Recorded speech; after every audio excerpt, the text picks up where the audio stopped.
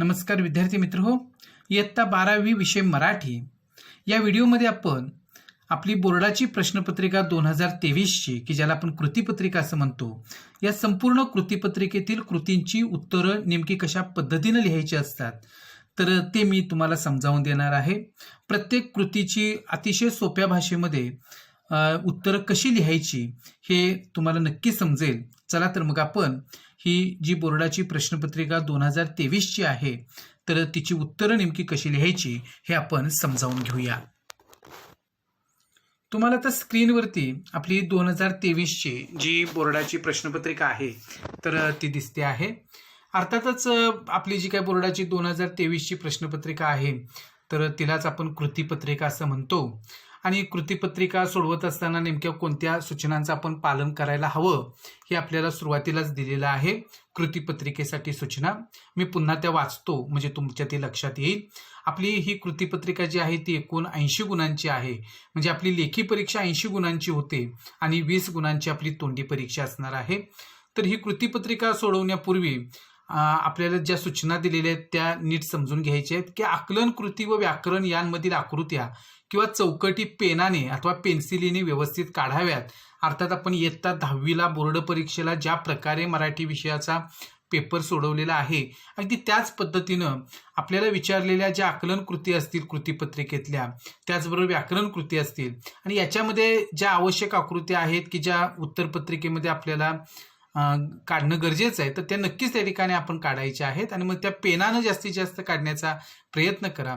अगदीच तुम्हाला वाटलं तर मग पेन्सिलीचा उपयोग केला तरी तुम्ही चालेल। स्वच्छता, नीटनेटकेपणा व लेखन नियमानुसार लेखन याकडे आपण जाणीवपूर्वक लक्ष द्यायचं आहे आणि उत्तरपत्रिका अधिक चांगल्या पद्धतीने आकर्षक कशी बनेल, उत्तर व्यवस्थितरित्या आपण कशी लिहिलेली असतील आणि आपलं एकंदरीतच जे सादरीकरण आहे उत्तरपत्रिकेचं ते जर अतिशय चांगलं असेल तर मला खात्री आहे की 80 पैकी अगदी 79 सुद्धा लेखी परीक्षेमध्ये तुम्हाला मार्क्स मिळू शकतील, अगदी 80 पैकी 80 सुद्धा मिळू शकतील। फक्त आपण प्रयत्न करणं गरजेचं आहे। आपला पहिला विभाग जो आहे एक अर्थातच तो गद्य विभाग आहे। आपल्याला सर्वांना माहिती आहे की हा गद्य विभाग आपल्याला 20 गुणांसाठी आहे।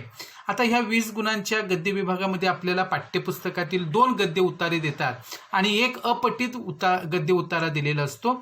असं एकूण 20 गुण या गद्य विभागाला आहे। आपण आता ह्या गद्य विभागामध्ये नेमके कोणते उतारे विचारलेले आहेत आणि मग ह्या उतार्यावरती कोणत्या आकलन कृती आहेत तर हे सगळं पाहणार आहोत। आपल्याला सुरुवातीलाच इथे ज्या आकलन कृती दिलेल्या आहेत तर त्या आकलन कृती पाहायच्या आहेत। आपल्याला जो उतारा दिलेला आहे तो जर इथं बघितला आपण तर आनंद सगळ्यांना हवा असतो, इथपासून ते आनंदाला आकर्षित करतो तो फक्त आनंदच। आपल्याला आता आठवलेलं असेल की आपल्या पाठ्यपुस्तकातील पाठ क्रमांक 3 जो आहे आयुष्य आनंदाचा उत्सव, तर या पाठातील पान नंबर 10 वरचा हा उतारा आहे आणि आपल्याला सगळ्यांना हा उतारा जो आहे तर ते पाठ्यपुस्तकामध्ये अगदी पाठाच्या म्हणजे पाठ क्रमांक 3 जो आहे आयुष्य आनंदाचा उत्सव त्याच्या सुरुवातीलाच हा उतारा असलेला आपल्याला दिसतो। आता याच्यावरती आपल्याला जी कृती 1 विचारलेली आहे की खालील उतार्याच्या आधारे सूचनेनुसार कृती करा। अर्थातच हा गद्य उतारा 8 गुणांसाठी आहे आणि त्याच्या पहिल्या 2 ज्या कृती आहेत तर त्या आकलन कृती आहेत की बघा, पहिली कृती आपल्याला विचारलेली की लेखकाने सांगितलेल्या आनंदाच्या गमती। आपण आता उतार्यामध्ये याचं उत्तर कुठे आलेलं आहे ते पहिल्यांदा कसं शोधायचं ते मी तुम्हाला सांगेन की पहा, इथे मी अधोरेखित केलेल्या ओळी तुम्हाला स्क्रीनवरती दिसत आहेत की आनंदाची गंमत अशी आहे की तुम्ही शोधू लागलात की तो दडून बसतो, पकडू गेलात की हातातून निसटतो, आनंदासाठी जितका आटापिटा कराल तितका तो हुलकावणे देतो, जितका सहजपणे घ्याल तितका आनंद सहज प्राप्त होतो। अशा पद्धतीनं आनंद असतोच, तो अनुभवता मात्र यावा लागतो। अशा पद्धतीनं इथं जे काय अधोरेखित केलेल्या ओळी आहेत तर याच्यामध्ये हे सगळं उत्तर सामावलेलं आहे। आता पुन्हा एकदा पहा की आपल्याला याचं उत्तर काय लिहावं लागेल तर लिहावं लागेल की तुम्ही शोधू लागलात की तो दडून बसतो, पकडू गेलात की हातातून निसटतो, जितका आटापिटा कराल तितका तो हुलकावण्यात येतो आणि जितका सहजपणे घ्याल तितका तो सहज प्राप्त होतो। आता इथे आणि र मध्ये पहिल्या 2 तुम्ही जरी उत्तर कृतीमध्ये लिहिलं तरी चालणार आहे, पण जादाच्या म्हणून आपण इथं त्या लिहायच्या आहेत की ज्या उतार्यामध्ये आलेल्या आहेत आणि जितकं आपलं चांगलं उत्तर आदर्श उत्तर असेल तितकं आपण देण्याचा प्रयत्न करायचा.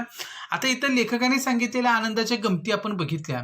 आता दुसरी कृती आकलन कृती आहे की आनंदाविषयी उतार्यात आलेली काव्यपंक्ती आणि आहे प्रस्तुत काव्यपंक्तीविषयी लेखकाने व्यक्त केलेलं मत. आता आपण पुन्हा उतार्यामध्ये बघूया की कोणती काव्यपंक्ती या उतार्यामध्ये आलेली आहे. तर इथे पहा, आनंदी आनंदगडे जिकडे तिकडे चोहीकडे ही काव्यपंक्ती आलेली आहे. आणि या काव्यपंक्तीविषयी लेखकाने काय मत व्यक्त केलेलं आहे, तर ही फक्त कविकल्पनाच नव्हे, तेच सत्य आहे, किंबहुना शाश्वत सत्य आहे.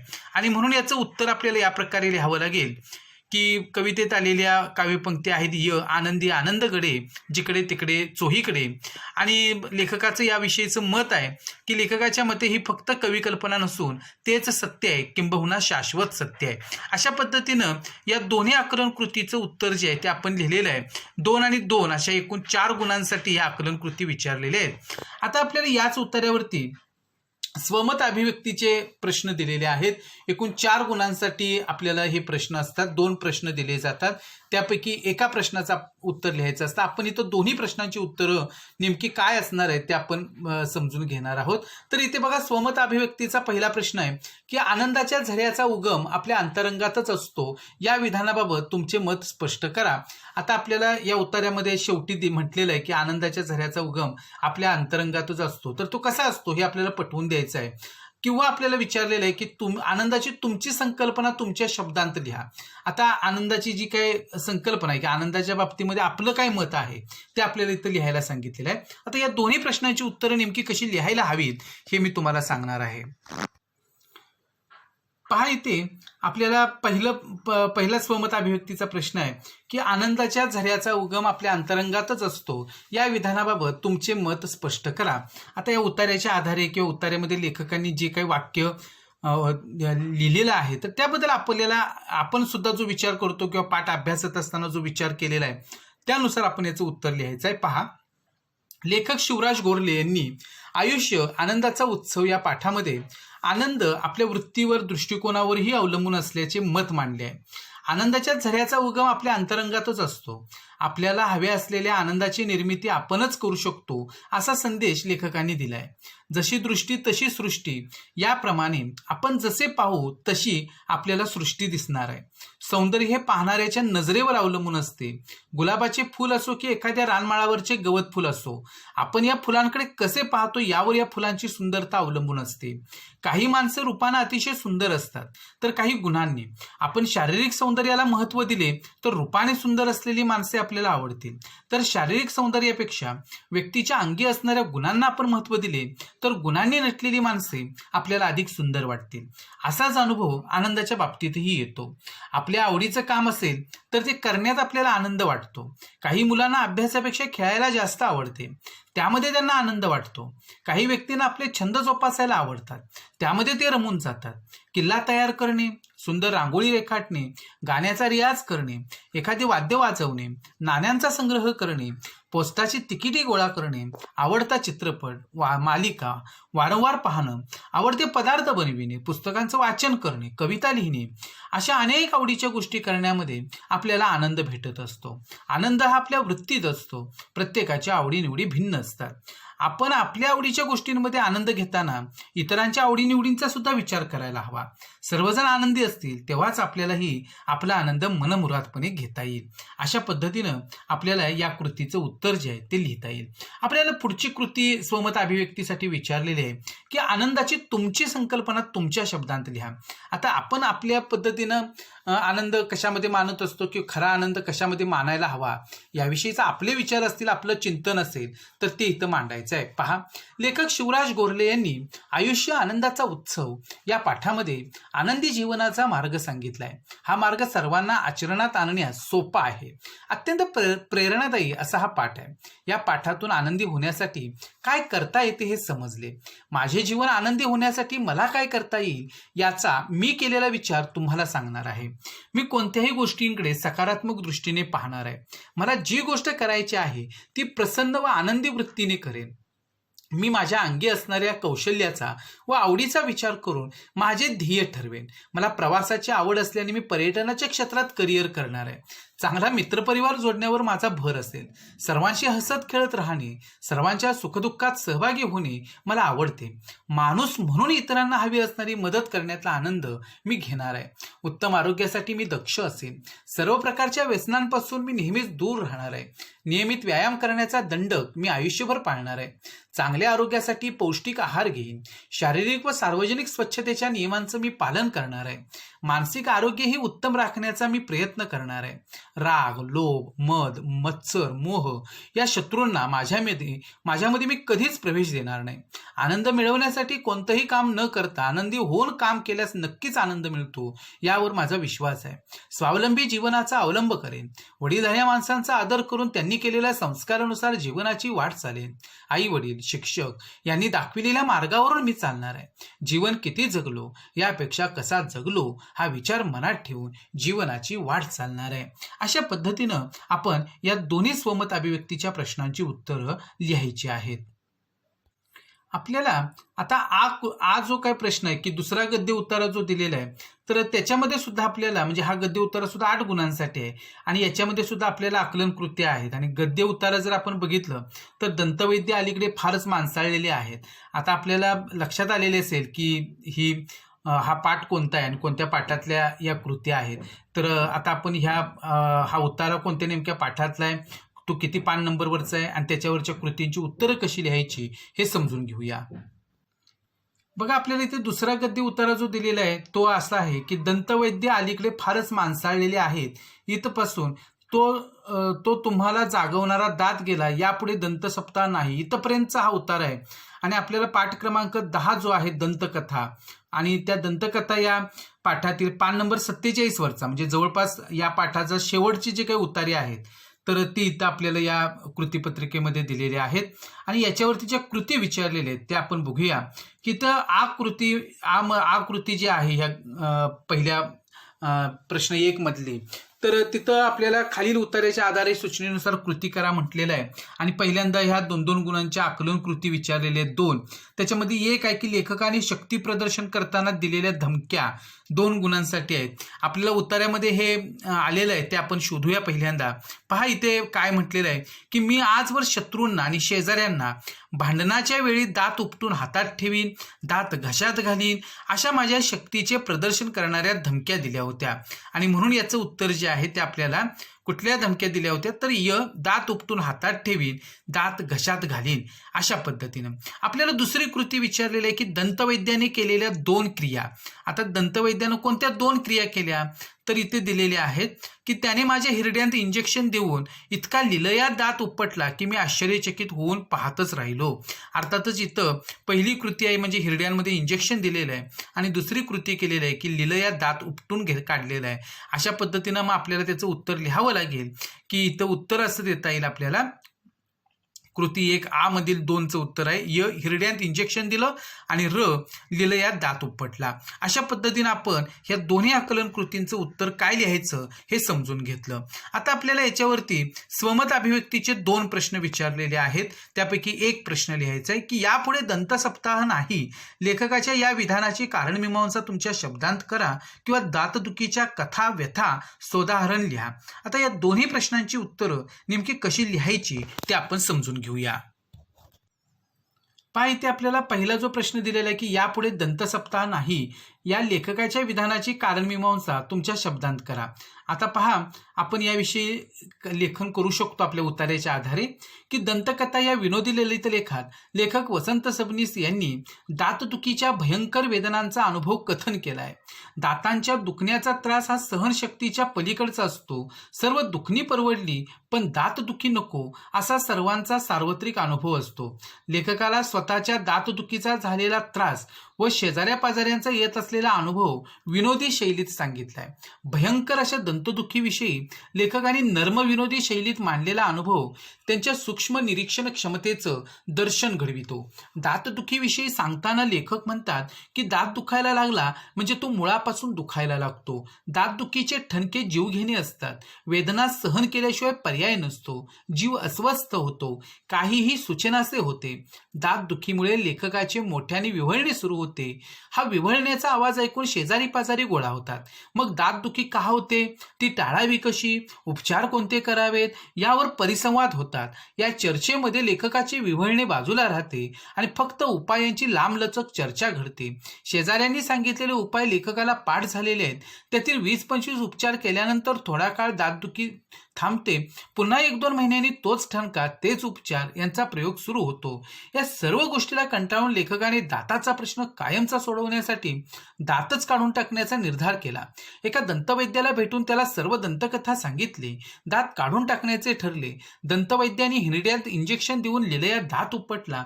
लेखकाला छळणारा, बायकोपुढे त्यांचे हसे करणारा, शेजाऱ्या पाजाऱ्यांची झोपमोड करणारा, त्यांचे परिसंवाद सक्तीने ऐकायला भाग पाडणारा खलदंत कायमचा काढला होता. आता पुन्हा ठणका लागणार नव्हता. दातांमध्ये बोळे धरावे लागणार नव्हते. बायकोचा उपदेश ऐकावा लागणार नव्हता. या सर्व गोष्टींचा लेखकाला खूप आनंद झाला होता. उरलेल्या इतर दातांना धाक बसावा म्हणून काढलेला दात घरी घेऊन जाण्याचा लेखकाचा विचार होता. पण त्या दाताची संगतही नको असे वाटून लेखकाने तो दात दंतवैद्यालाच अर्पण करण्याचा निर्णय घेतला. लेखक आनंदाने घरी आला. घराच्या दारातूनच शेजाऱ्यांना ऐकू जाईल अशा आवाजात म्हणाला, तो तुम्हाला जागवणारा दात गेला, यापुढे दंतसप्ताह नाही. अशा प्रकारे लेखकाने दातदुखी व त्यामुळे सर्वांचे आलेले अनुभव मिस्किलपणे मांडून दातदुखीसारखा गंभीर विषय विनोदी शैलीत सहजपणे हाताळला आहे. अशा पद्धतीनं आपण या कृतीचं उत्तर लिहायचं आहे. आपल्याला पुढची कृती दिलेली होती की दातदुखीच्या कथा व्यथा सोदाहरण लिहा. आता आपण इथे आपला स्वतःचा अनुभव देऊन किंवा आपल्या घरातील कोणाचा तरी अनुभव देऊन या प्रश्नाचं उत्तर लिहू शकतो. दंतकथा या विनोदी ललित लेखात लेखक वसंत सबनीस यांनी दातदुखीच्या भयंकर वेदनांचा अनुभव कथन केलाय. प्रत्येकाला आपल्या आयुष्यात कधी ना कधी दातदुखीचा त्रास झालेलाच असतो. दातदुखी काय असते याचे वर्णनही करू नये अशा वेदना सहन कराव्या लागलेल्या असतात. हा पाठ वाचल्यानंतर आपल्यालाही दातदुखीचे आलेले अनुभव नक्की आठवतात. मी 6वी-7वीत असताना अचानकपणे उजवीकडील दाढेत ठणका जाणवू लागला. जसा ठणका वाढू लागला तसे मला काही सुचेनासे झाले. आईने दाढ पाहिली. दाढ किडली असल्याचे तिला जाणवले. तिने मला दाढेखाली ठेवण्यासाठी लवंग दिली. मी लवंग दाढेखाली घट्ट पकडली. थोडा वेळ ठणक थांबली. बरे वाटू लागले. परंतु पुन्हा ठणकेने डोके वर काढले. जेवायलाही नकोसे वाटू लागले. आई काही ना काही सांगून माझी समजूत काढत होती. बाबांनी मेडिकलमधून पेन किलरच्या गोळ्या आणल्या. गोळी खाऊन मी झोपी गेलो. रात्री 1-1:30च्या दरम्यान जागा झालो. ते दाढीच्या तीव्र ठणकेने. काही केल्या झोप लागत नव्हती. वेदना असह्य होत होत्या. आई बाबा रात्रभर जागे होते. माझ्याबरोबर घरातील सर्वांना ती रात्र जागून काढावी लागली. आई घरगुती उपचार करून मला धीर देत होती. 1-2 दिवस दात दुखायचा थांबेल या आशेवर होतो. परंतु दात काही दुखायचा थांबत नव्हता. शाळेतही जात नव्हतो. शेवटी शहरातील एका दंतवैद्याकडे बाबा मला घेऊन गेले. त्यांनी दात काढण्याचा सल्ला दिला. शेवटी दात काढून घेतला. दात काढण्याचा प्रसंग, त्या वेदना आजही अंगावर शहारे आणतात. असा अनुभव शत्रूलाही येऊ नये असे मला मनोमन वाटते. अशा पद्धतीनं आपण या दोन्ही प्रश्नांची उत्तरं जी असतील तर ती लिहायची आहेत. आता आपल्याला आपल्या कृतीपत्रिकेमध्ये जो तिसरा उतारा दिलेला आहे तो अपठित गद्याचा उतारा आहे की जो 4 गुणांसाठी असतो. आता आपण तुमच्याकडे स्वतः जर तुमच्या पुढे प्रश्नपत्रिका तुम्ही ठेवली किंवा हा स्क्रीनवरचा उतारा तुम्ही संपूर्ण वाचलात तर तुम्हाला यावरती दिलेल्या कृतींची उत्तरं नेमकी कशी लिहायची हे लक्षात येतील. की हा जो उतारा आहे तो पहा की मी वेड्यासारखी समुद्र पाहत राहायची. कधी सकाळी तर कधी चांदण्या रात्री. पाण्यावर सांडलेलं चांदणं पाहिलं की वाटायचं सगळा समुद्र उंजळीत पकडावा. कसं थंड शांत वाटायचं. मनातले सगळे विकल्प लयाला गेलेले असायचे. अवघं अस्तित्व निरामय होऊन जायचं. आपण आणि हा अथांग पसरलेला समुद्र. बाकीची जाण मिटलेली असायची. अशी अभूतपूर्व शांतता मी पूर्वी कधी अनुभवलेली नव्हती. मुरुडच्या समुद्रानं मला बांधून ठेवलं. मी लिहायला लागले त्यामागे या मुरुडच्या समुद्राची फार मोठी प्रेरणा आहे. पुढे येणाऱ्या लाटा म्हणजे महत्वाकांक्षा, यश आणि आत्मविश्वासाचं प्रतीक वाटायच्या. तर मागे सरकणाऱ्या लाटा म्हणजे पराभव, अपयश, मानाने पचवणारी शक्ती. समुद्राच्या पोटात किती काय दडलं असेल, त्यानं किती पचवलं असेल, किती सहन केलं असेल. माणसाच्या मनाचं मला ते दुसरं रूप वाटायचं. समुद्राशी माझा संवाद चालायचा. आणि लेखिका गिरिजा कीर यांचा हा उतारा आहे. आता याच्यावरती ज्या कृती विचारलेल्या आहेत त्या कृती आपण बघूया. इथे पहा आपल्याला ही कृती विचारलेली की खालील उतार्याच्या आधारे सूचनेनुसार कृती करा. एकूण 4 गुणांसाठी आहे. त्यातली पहिली कृती आहे 2 गुणांसाठी. आकलन कृतीच आहे की लेखिकेच्या मते पुढे पुढे येणाऱ्या लाटा म्हणजे, आता उत्तरात इथं उत्तर आलेलं आहे की पुढे पुढे येणाऱ्या लाटा म्हणजे महत्वाकांक्षा, यश आणि आत्मविश्वासाचं प्रतीक वाटायच्या, आणि म्हणून इथे आपण उत्तर लिहायचं आहे महत्वाकांक्षा, यश आणि आत्मविश्वास. आता आपल्याला पुढची कृती दिलेली आहे ती आहे की पाण्यावर सांडलेलं चांदणं पाहिलं की लेखिकेची होणारी भावावस्था. आता पहा इथे याचं उत्तर आहे की पाण्यावर सांडलेलं चांदणं पाहिलं की वाटायचं सगळा समुद्र उंजळीत पकडावा. कसं थंड शांत वाटायचं, मनात ते सगळे विकल्प लयाला गेलेले असायचे, अवघा अस्तित्व निरामय होऊन जायचं. अशा पद्धतीनं आपण याचं उत्तर लिहू शकतो की वाटायचं सगळा समुद्र उंजळीत पकडावा, कसं थंड शांत वाटायचं, आणि जादाचं उत्तर म्हणून आपण मनातले सगळे विकल्प लयाला गेलेले असायचे, अवघं अस्तित्व निरामय होऊन जायचं. अशा ह्या 4 भावावस्था आलेल्या आहेत, त्यापैकी 2 भावावस्था लिहायच्या आहेत. 4च्या 4 भावावस्था लिहिल्या तरी सुद्धा चालणार आहे. अशा पद्धतीनं या अपठित गद्यावरच्या आकलन कृती ज्या आहेत त्या आपण पूर्ण केलेल्या आहेत. विद्यार्थी मित्र हो, गद्य विभाग जो आहे तो एकूण 20 गुणांचा आहे, आणि इथेच आपण जर चांगले मार्क्स मिळवले तर आपल्याला संपूर्ण उत्तरपत्रिकेमध्ये चांगले मार्क्स मिळायला मदत होईल.